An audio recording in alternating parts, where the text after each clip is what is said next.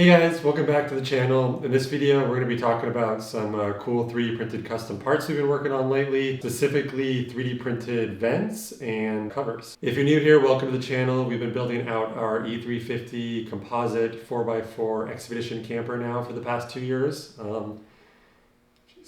We built everything from scratch, starting with the subframe, then getting into building the box, building the pop top, and now we are working on the inside. This video is not intended to be a detailed guide on 3D printing. We just kind of wanted to show you some cool things we've been working on lately. Most of the 3D printed parts we do are usually jigs or parts from McMaster. So for example, if we need to cut a slot in a piece of plywood or even aluminum and we want it to look perfect, what we'll do is we'll draw out the exact slot we want, rough cut it out with like a jigsaw or something, tape this on, and then use this as a router template. This is a great way we found to just get perfect lines and get weird geometries. We also order parts from McMaster all the time, like latches or plumbing fittings, and without having to order it, what we can do is we can actually, they provide the 3D files, and we can print those out ahead of time out of plastic just to verify fitment, make sure it's the right part. I wouldn't recommend actually printing plumbing fittings just because it's kind of a rabbit hole to get food safe 3D printed material.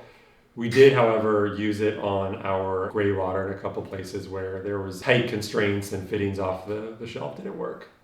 And if you haven't seen our electrical video already, this is a cool part from it. This is actually a 3D printed fuse block we designed. The way this works is this extends off of the Victron shunt and gives us a bunch more terminals to connect into. You know what's funny? It only took 2 tries. And I don't think there was actually anything wrong with this first one. Oh, also the other problem with food safe filament is not just about the filament, but you end up with these micro crevices around the layer lines of the 3D print. So bacteria likes to grow there. So I would not recommend that unless you're desperate or gonna epoxy coat it or something. But anyways, that's not what this video is about. The first thing we want to show you is 3D printed covers. This is something we've been printing a lot lately. This is a 3D printed cover we made. It's basically a guarantee at some point in your van project, you're gonna have some weird thing you wanna cover up. One that came up for us is we have 4 actuators in the corners for a pop top system that we didn't want to be out in the open, so we built these covers for it. This piece here is actually used to cover part of our van that we call the daring gap. Because we use composite panels to build our camper, we couldn't route our plumbing and electrical through the walls without some trouble. So in the back corner of our van, we basically have this little area where the passenger side and the driver's side connect. In that area, we have the connection between our 2 tanks, a couple of plumbing lines, and some electrical lines. A lot of electrical lines because, yeah, the battery lives on one side, we have a bunch of components on the other. So we actually run a pair of 4 gauge wires that feed the distribution block on the driver's side. So this piece just kind of fits on at the end and covers that up. The Darien gap, where no plumbing or wire fitting has crossed before. Except they all do. Yeah.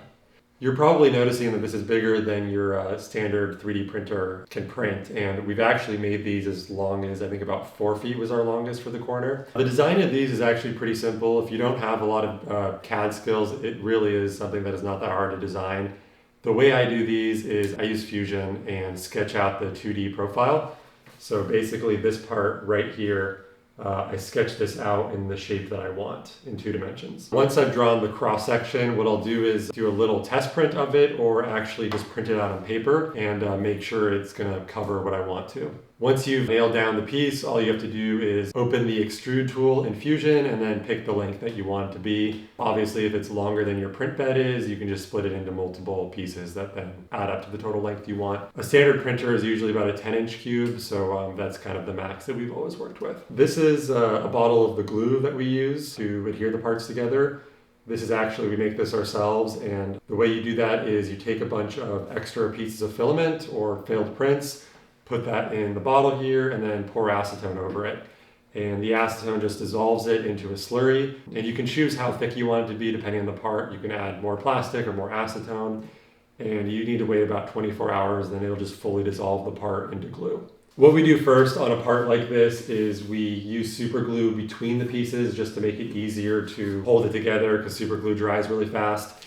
And then on the back side, what we'll do is we'll just load it up with that glue. We'll also sometimes print little splines if we want to reinforce it, but we haven't found that necessary most of the time as long as you make it thick enough. One of the problems you'll notice with 3D printing is there can be weaknesses in the print along the layer lines. So if you imagine this is the orientation that it prints in on the print bed, and each of these is a layer. The weak point is between each layer, and that's kind of true with all 3D printing. Your weak spot will be the layer adhesion. The reason why I bring that up is because you do want to have a minimum thickness to this. I recommend about 1/8 of an inch I found is kind of the sweet spot. If you go thinner than that, it could work, but it can just be kind of weak along the layer lines. That also largely depends on the filament you're using and your printer. This piece was printed out with ASA GF, which is one of our most used filaments. It's basically ASA with glass fibers in it, which I found kind of prints better. It's less likely to warp and just a little bit more dimensionally stable. The downside of it is you do end up with exposed glass fibers on the outside of the print, so you will want to paint this. What we do is we'll sand it out just a little bit to smooth it a bit, and then use some clear spray paint on it. If you don't want to see the layer lines at all or the joints between, you want it to look a little fancier, what we've also done is the same glue that we put on the back side, we'll put it on the front side and then sand that completely flat.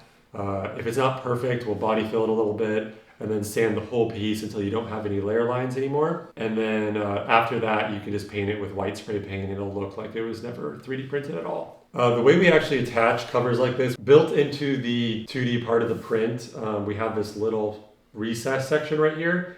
And what we do is put some 3M dual lock on the back here. That just attaches to the wall. If you're not familiar with 3M dual lock, it's basically just Velcro on crack. Expensive Velcro on crack. Expensive Velcro on crack. I will say adhesives don't really stick super well to the plastic, so we'll use the 3M 94 tape primer on it, which if you use any double-sided tape, I definitely recommend. A small thing of it will last you a very, very long time.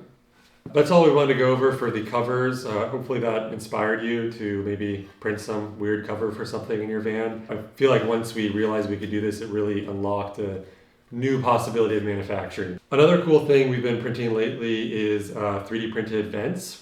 This is something I'd recommend in really any van build. For example, things like your fridge really need good ventilation. So if you have drawers or like a panel next to it, you should really put a vent near it. I'm saying that we didn't do that, but technically I was thinking. Those who can't do, teach. Yeah, exactly. Really? Yeah. That's a sad saying. Well, the main thing we used it for was for our electrical cabinet. Sorry to bring this up again, but if you haven't seen that video, you really should check it out. Very proud of what we did there, and it is a really cool compact build. Anyways, the challenge of it, with it being so compact, is the only way we are going to get away with that is by having really good airflow. We had this side panel that we wanted to put these really large vents in.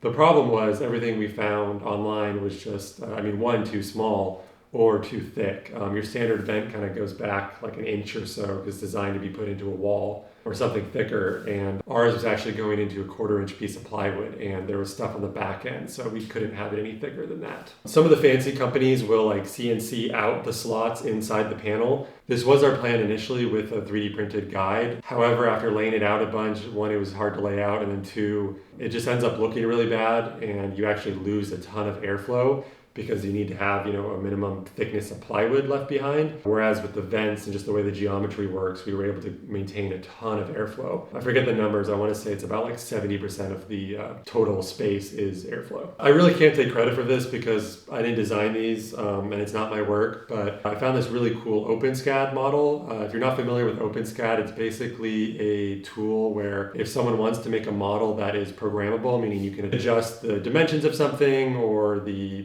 thickness, whatever, if you want it to be a custom part. The way it works with this vent file is you can just enter in all the parameters you want. You can adjust the thickness, the frequency of the vents, the size of the perimeter, the angle, literally anything you could possibly need, and get the perfect size vent. They print really well if you design them how we did, which is literally just a basic louvered vent. The nice thing about louvers too is it actually hides it. So again, going back to the wood example, if you did the wood, you could just see right through. With the angled vents, you can just angle it in a way where like when you look at it directly, you can't actually see through it at all. But they print really well face down. You end up with a really clean visible side, and then it really just, it prints well. I do recommend, because it's a really large print, using some 3D printing glue. This is really cheap. It's lasted us forever, actually. Look at that. We're almost through it. Oh my gosh. Yeah. Well, We bought the cheap one. It works fine. And then again, we make these out of either ASA or ASA GF and then paint it up afterwards. 3D printing was a process that we really weren't familiar with at first. And it just so happened our neighbor in San Diego, Casper, had one in his garage. It was an absolutely horrible device that couldn't print anything. And after we fiddled with it for a little bit, he actually ended up buying a new one because of it. And we were basically in his garage 24/7 using that thing. and that's what convinced us to Yeah. get our own, and now we have two. Yeah. So we knew once we moved and we weren't going to be next to him, we absolutely had to get one of our own. And yeah, somehow along the way we ended up with two, which I will say the amount of times we've had both of those things running is crazy. And I think we have probably about 4,000 or maybe 3,000 hours between the two of them. Shout out Casper, thank you for letting us use your printer in the wee hours of the night. We hope this video inspired you to either print some of these things we did or maybe just think of different applications for a 3D printer in your van. If you already have one that isn't really getting used very often or you're thinking about getting one, it really is probably out of all the tools we purchased, the one that has changed the way we build the most. And that said, the barrier of entry, I mean, it literally just keeps getting cheaper and cheaper. The printer we bought, I think, how long ago?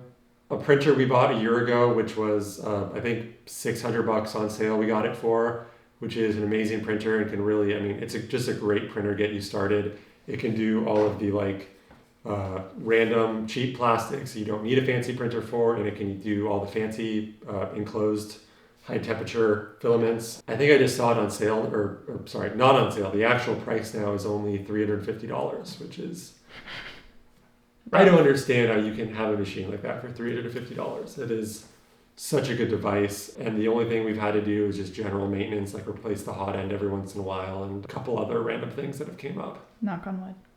Knock on wood.